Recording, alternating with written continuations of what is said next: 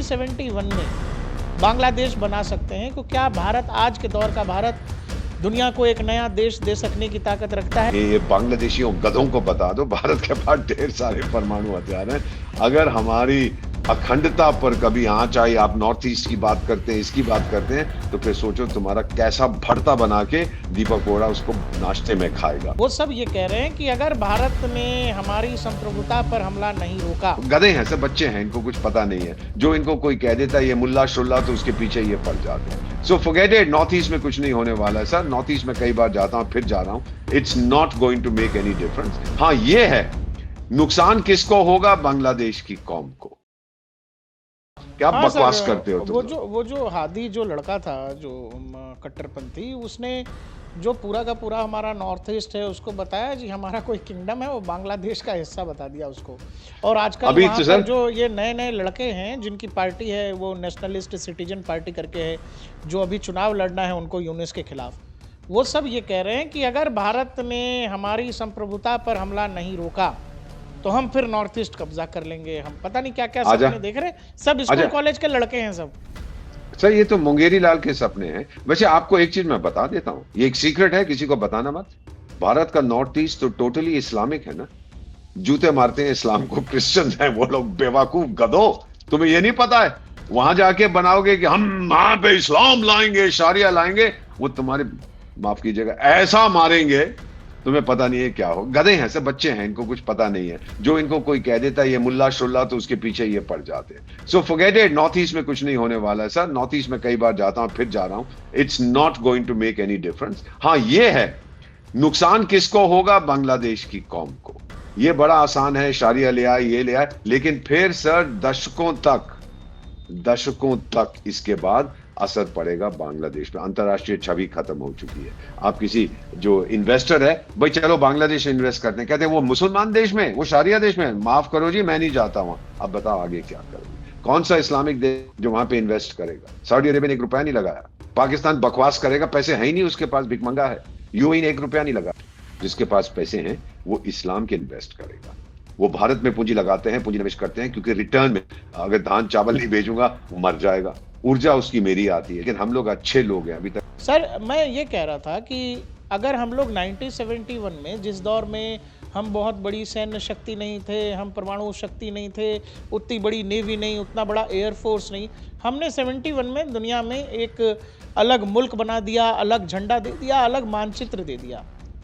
आज के दौर में अगर वहाँ रह रहे, और सबसे अजीब बात यह है दीपक सर कि हमारे यहाँ बहुत सारे राजनेता जो कास्ट पॉलिटिक्स करते हैं, दलितों की राजनीति करते हैं। बांग्लादेश में रहने वाले अधिकतर हिंदू जो हैं वो सब के सब दलित हैं।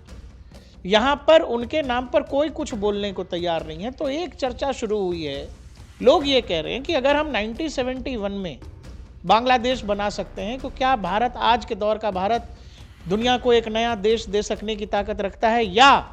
या तो फिर आप अपने बॉर्डर खोल दो उन हिंदुओं के लिए जो बांग्लादेश में रह रहे हैं। इस पर आपका क्या राय है? लोग ये भी कह रहे हैं कि अगर रूस यूक्रेन युद्ध लड़ रहा है और रूस को वो चीजें जो जरूरी लग रही हैं, उसने बहुत सारे यूक्रेन के इलाके, डोनेट्स्क, लुहांस्क, क्रीमिया तो 2014 में उसने मिला लिया। लोग कह रहे हैं कि जो हमारा है वो लीजिए, जो चिकन नेक वाला इलाका है, वो 20 किलोमीटर का गलियारा जो बार बार बोला जाता है सिलीगुड़ी कॉरिडोर को लेकर, उसको बना लीजिए 200 किलोमीटर का। रंगपुर डिवीजन ले लीजिए अपने अंदर, बोलिए अपने ईस्टर्न कमांड को कि थोड़ा सा टहल के जाएं, नाश्ता करके लंच तक कहानी खत्म करके आ जाएं। इस पर आपकी क्या राय है? थोड़ा ब्रीफली बताइए कि क्या ये संभव है आज के दौर में? क्यों नहीं है सर। साउथ ईस्ट बांग्लादेश का भी एक चिकन स्नैक है, उसके लोग बात नहीं करते, उसको काटना बड़ा आसान है। हाँ, वो इलाका जो मिजोरम और त्रिपुरा से जुड़ता है। दैट्स राइट, कॉक्स बाजार वाला इलाका।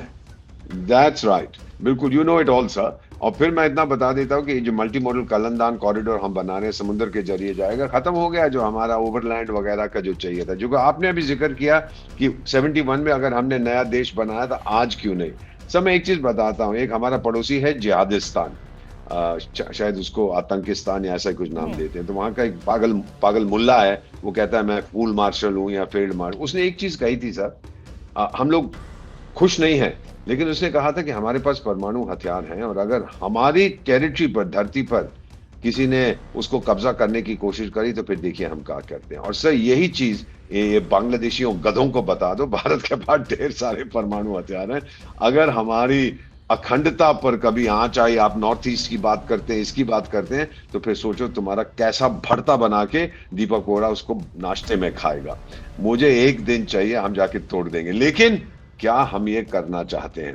बांग्लादेश के दो टुकड़े करना कोई मुश्किल काम नहीं है, लेकिन हिंदू जो हमारे लोग वहां हैं उनको वापस लाना है या उनकी रक्षा करनी है, ये कठिन स्थिति है। लेकिन मैं आपको बता सकता हूं, क्योंकि मैं तुम सर्कल्स में मूव करता हूं सर, सोच रखा है हमने क्या करना है। और अगर ये और बढ़ा तो फिर अंतरराष्ट्रीय दबाव इतना पड़ेगा कि ये मुल्ला जो है वहां बैठा हुआ यूजलेस खान ये भाग जाएगा। सर अमेरिका को अब कोई जरूरत नहीं है बांग्लादेश की, जो वो करना चाहते थे उन्होंने कर दिया है। इनको समझ नहीं आता अमेरिका की पॉलिसी क्या है, यूज अब्यूज एंड डिस्कार्ड। फेंक दो बाहर, इसको क्या करना है? अरे मुल्ले भाग जा। अब देखते हैं कौन सा, अब तो वो बीएनपी वाला जो शहजादा है, वो क्या नाम है उसका, बेगम जिया का बेटा, वो भी वापस आ रहा है इलेक्शन के लिए। और बेगम जिया कहते हैं, सर बेगम जिया का बता देता हूं, क्षमा कीजिएगा, वो गुजर चुकी हैं सर, वो वेंटिलेटर पे है। और ये लोग बता नहीं रहे हैं, बोल रहे हैं कि बीमार है। ना कोई नहीं बताता सर ऐसी चीजों में। जो वेंटिलेटर पे आप सर, मेरी 74 साल की उम्र है, ये कि मैं ब्रेन डेड हो जाता, आप तो 500 साल मुझे वेंटिलेटर पे जिंदा रख सकते हैं। मेरी छाती फूलती जाएगी, हवा आती जाएगी, निकलती जाएगी। That's the work of a ventilator. तो वो भी जा चुकी है सर। ये बताएंगे नहीं, इलेक्शन के बाद बताएंगे, मैसेज वहां से दे देंगे। तभी तो उसको इंग्लैंड ले गए थे। बांग्लादेश में होती लोग कहते बाहर निकालो उसको।